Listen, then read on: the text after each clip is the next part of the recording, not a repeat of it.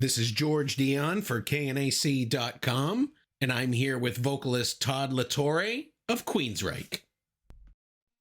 All right, man, if I knew absolutely nothing about QUEENSRÿCHE, how would you describe the band's music to me? I would say that it's melodic, heavy rock with some elements of metal, and progressive in certain aspects. Absolutely, and that description comes out very well on your upcoming album, Digital Noise Alliance, on October 7th through Century Media. I know bands say that their newest album is their best album, but I kind of got to say that this might be your best album. I never feel that way. I feel like, we made a really good record, and I'm never like, oh, that's the best one I've done yet. I feel like it's just another record with really good songs, and hopefully people like it. I feel very optimistic. I got to be honest with the next one, because I think we might approach it from a conceptual standpoint, which allows for different links, and the way you can kind of link songs together is like almost one continuous play of a record. Which, but you know what? I mean, if people think that, I'm honored to hear that. I've done a lot of press right now on this, and several people have actually said, I think it's the best one you've done with the band so far. So I say, okay, that's it. You know what? At least it's not a regression. Absolutely. And you could also take that in the sense of, oh, you think this is the best one? Wait till the next one. Pretty much. Yeah, it's like the artist is never really completely satisfied. You know how we are. With the recording of Digital Noise Alliance, you guys were actually able to get together and kind of put this together as a group in the same room rather than back and forth through computer files. Yes. Yeah, there's pros and cons to both, but I really like doing it old school, like, being a real band, and being in a room, and somebody play a drum groove, and then guitar picks up his guitar, and starts riffing ideas, and you just start organically creating stuff. Whereas, when you're doing just the email thing, you're like, I like this, but I don't like that. Can you maybe tweak this? And I'm hearing that, and then it takes 2 weeks for them to do it and get it back, and you're like, kind of, you're close to what I was thinking. So that can just drag it out and take a long time. And this just kind of trims the fat off right out of the gate. But yeah, we all did it in the same room here at my studio here in Florida, and we did, I don't know, 3 or 4 writing sessions together for maybe 2 weeks at a time, 10 days to 2 weeks.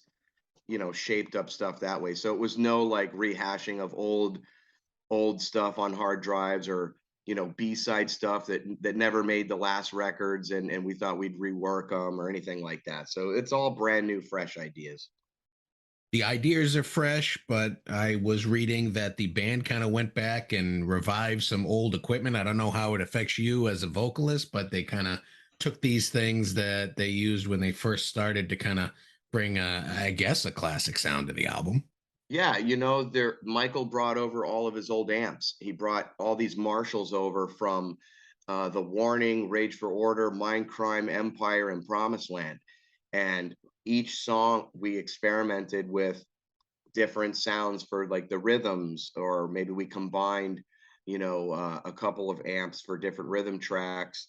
And to be honest, it's funny because I was talking with Zuess on the phone last night, and I said, man, I put on satellite radio, and I'm listening to like the metal station. I don't want to name names, but I was listening to the metal station, and one band finished, and there was like a quick pause, and then the song continued, and it was another band, and I didn't know because I was driving looking at the road. I mean, the guitar sounded identical, everything's drop tuned, all the drum samples sound the same, and then it's a bunch of screamo, and I couldn't you just can't differentiate those bands anymore. Like, I think the younger generation of today's metal is like just screaming. It's not like actual singers anymore, and you can't hear the guitar tone as well because everybody's tuned to C, drop C, or lower, and all these 7-string guitars. And with I said, oh, I was listening to Sick Death the other day, And I said, Michael's guitar, it's not like really bright on the intro, on the rhythm, alternate picking, and it has like this kind of old school vintagey sound. He's like, right? I said, yeah. He goes, dude, it's almost like you're standing next to him and he's playing through a Marshall. Like that's what it sounds like. And I said, you're absolutely right. And that gives it kind of that vintagey, kind of old school guitar sound, which you just don't really hear in you don't really hear much of that anymore. Everything is just so compressed and slammed, and it's almost like you could hear like headroom, if you will, in the guitar playing, and you could hear like real guitar tone. It's really hard to differentiate bands' guitar tones anymore because they all, to me, they just kind of sound really similar. So yeah, we went back and used all of Michael's old amps, and it didn't affect me as a singer, but I think it just lended a really cool vibe to the record that kind of harkens back to the 80s that I like so much. You mentioned the song Sick Death. That's one of my favorites. Also, Behind the Walls. Behind the Walls, I believe, is your latest promo release from the album. If you want to talk a little bit about that song. Sure. Yeah, that's Behind the Walls seems to be getting a lot of really good feedback.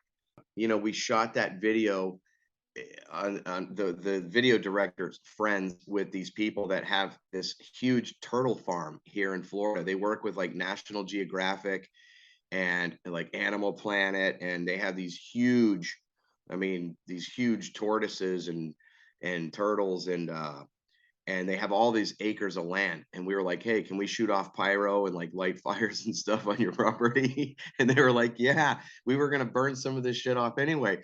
So we lit this pretty big fire behind Casey's drums. It was hot. And so, you know, we had our buddy Sean Lowry come out with these pyro things, and you know, I don't think Queensryche's really had pyro like that in a video before. And then all the content stuff. Thomas Crane from Kill Devil Films did the video shoot, and he built like this little set, which looks like an office, and then he made it rain in different zones in the office.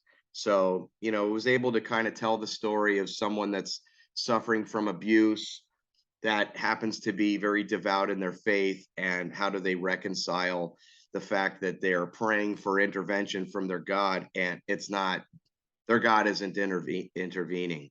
And it's kind of like that concept. And there's actually some little goodies in there, like on the diploma, it was the psychiatrist's name was the same guy from One Flew Over the Cuckoo's Nest.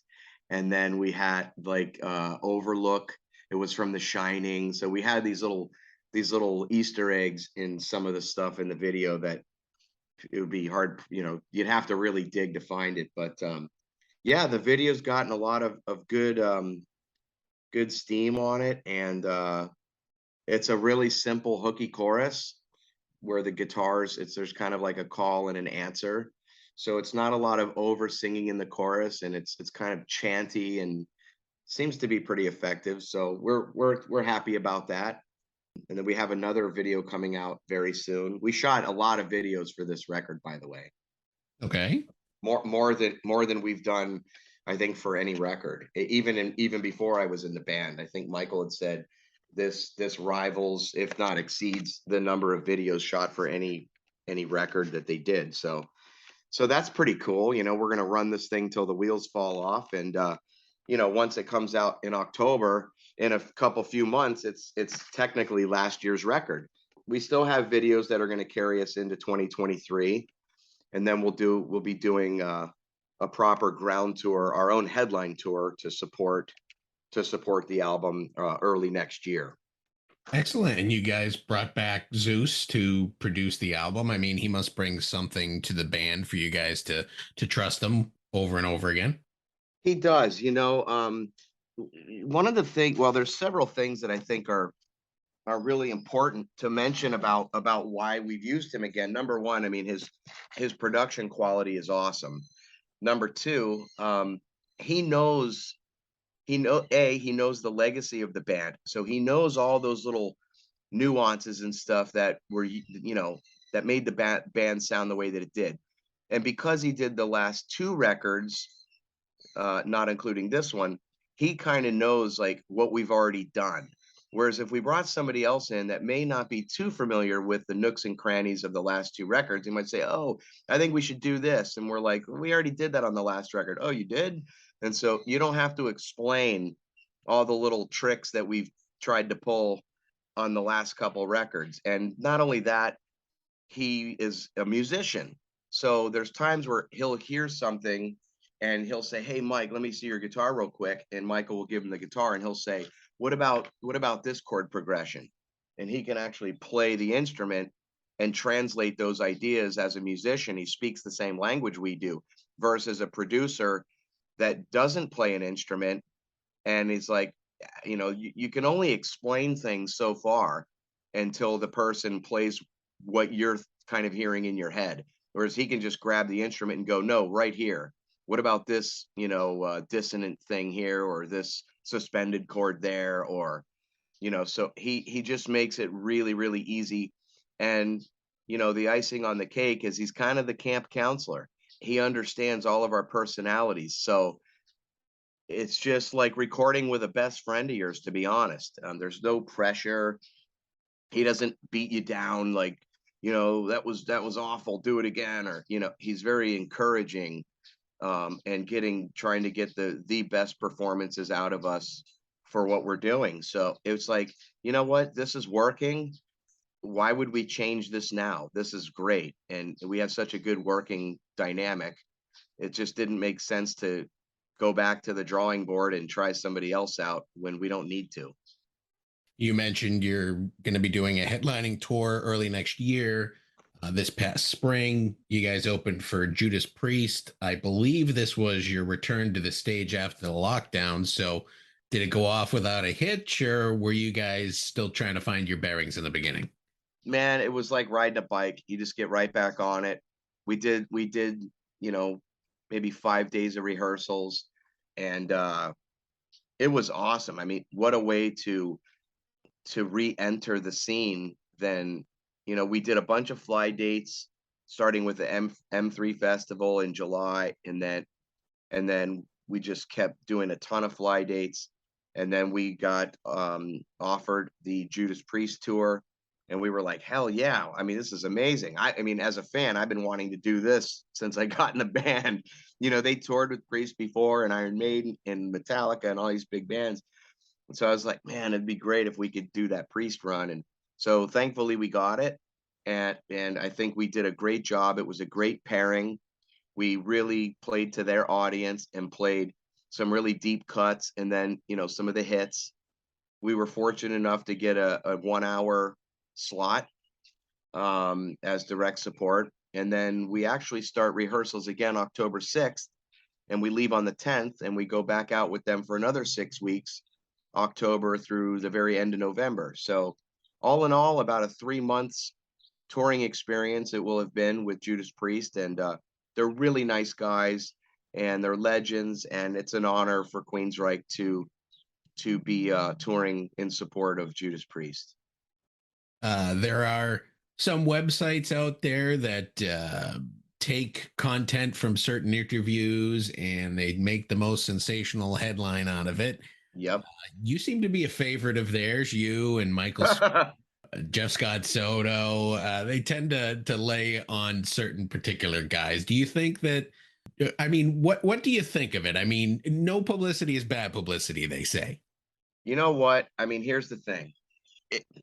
Look, I know bands that are like, "Man, I want to get this on this site." We're not going to name the names, but we know who we're talking about. "I want to get it on this site," and people pay money. And there's people that can't get on that site, or some sites out there.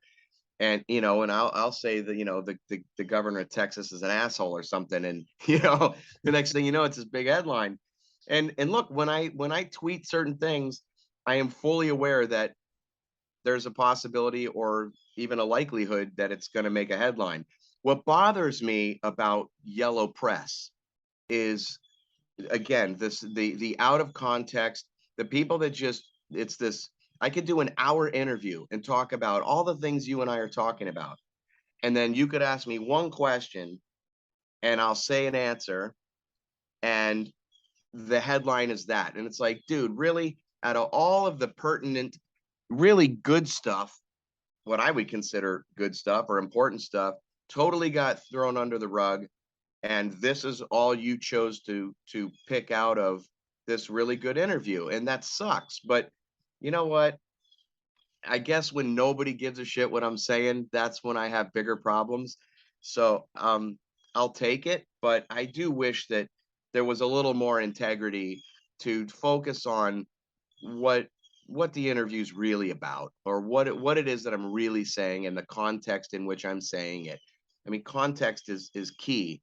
And I think, but you know what? The people that read and comment on those sites, those aren't people that are really supporting these bands that are criticizing or saying whatever. So honestly, I don't give two shits about the haters or anything, but it's the sensationalism, like you said, where it's like, do you have a little more integrity than to do that to a band that maybe you respect what the band has done? You know, it's not me. It's like there's a handful of guys that say something and it's always in the press. But you know, for the viewership, it keeps my name out there, and I really can't complain. And I, you know what? I say what I feel. I say what I want to say, and I'm not going to be muzzled. I try to speak in an articulate way, and but there's other times where I just say it like it is, and you know, it rubs some people the wrong way, but such is life. Is there going to be a follow up to your solo release, Rejoice in the Suffering, that came out in 2021? There is. Yeah, Craig Blackwell and I have started working on some new riffs and some ideas. I've tracked a few ideas on my guitar and shown him. He has some stuff that he showed me. So we're going to definitely, you know, now that this record with Queensryche is done and we'll be touring, I can start getting back to the drawing board on that. I really want to do a proper follow up. I love to tour on it, even if it was just like a little East Coast run, or you know, it just depends. You know, touring is so expensive, and I don't know that I would be able to afford a full blown tour bus and you know, that sort of thing. But I don't mind doing it old school. I just want to get out there and play some of this stuff live and let people know, hey, this is a real thing. This isn't just this fun little one record I did. Like, this is actually a legitimate thing here. Yeah, definitely doing a follow up. That's all the questions I have for you today, Todd. The new album is by Queensryche, is Digital Noise Alliance. It comes out October 7th on Century Media. I think it's one of your best albums, and I want you to prove me wrong on the next one. And so that one's the best one, and then the one after that. Right on, George. I appreciate your time and your interest and support on behalf of everyone in the band. We do thank you. We'll see what kind of headline this interview gets. Absolutely, man. Thanks for talking to knac.com, and you know, stay safe out there when the storm hits, man. All right, much appreciated. Have a great day.